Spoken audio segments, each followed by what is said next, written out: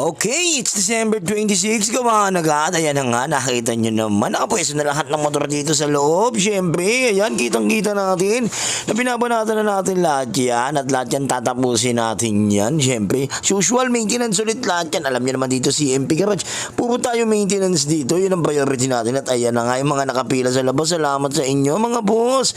Ang tindi at ang lakas namin sa inyo. Pila-pila na agad, siyempre.